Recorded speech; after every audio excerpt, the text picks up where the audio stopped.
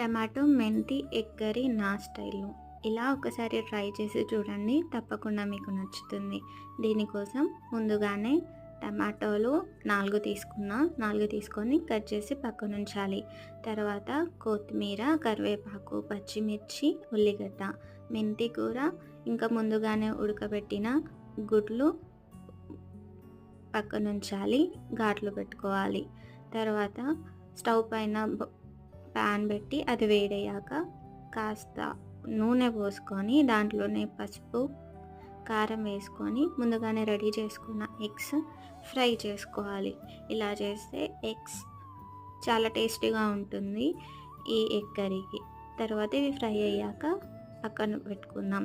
తర్వాత అదే ఆయిల్లో ఇంకొంచెం ఆయిల్ వేసుకొని అది వేడయ్యాక దాంట్లోనే జీలకర్ర, ఆవాలు వేసుకోవాలి. దాంట్లోనే పచ్చిమిర్చి వేసుకొని ఫ్రై చేయాలి. ఆ తర్వాత కరివేపాకు, ఉల్లిగడ్డ వేసుకొని ఫ్రై చేయాలి. ఉల్లిగడ్డ ఫ్రై అవ్వడానికి కాస్త టైం పడుతుంది. ఇది బాగా ఫ్రై అయ్యేంత వరకు వెయిట్ చేద్దాం.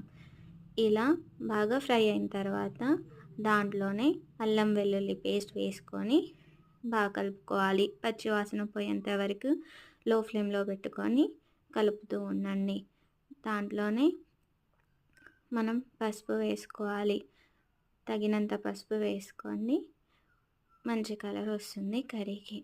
ఇది బాగా కలుపుకున్న తర్వాత దాంట్లోనే కొత్తిమీర వేసుకొని ఫ్రై చేయండి. ఇలా దాంట్లోనే ముందుగానే పక్కన ఉంచిన మెంతి కూర వాటర్లో పెట్టుకున్నాను, ఏదైనా మట్టి ఉంటే వెళ్ళిపోతుందని. తర్వాత ఈ మెంతి కూర తీసుకొని ఫ్రై చేయండి. కాస్త టైం పడుతుంది. ఇది బాగా ఫ్రై అయ్యేంత వరకు వెయిట్ చేయాలి. ఇలా ఫ్రై అయిన తర్వాత దాంట్లోనే ముందుగానే కట్ చేసి పెట్టుకున్న టమాటోలు వేసుకొని బాగా కలుపుకోవాలి. బాగా కలుపుకున్న తర్వాత మూత పెట్టి మగ్గించుకుందాం. అప్పుడప్పుడు మూత తీస్తూ కలుపుతూ ఉండండి, లేదంటే అడుగంటుతుంది. త్వరగా ఉడకనికి కాస్త ఉప్పు వేసుకొని ఉడికించుకోవచ్చు. దాంట్లోనే కారం వేసుకోండి. నేను 2 చెంచాల కారం వేసుకున్నా.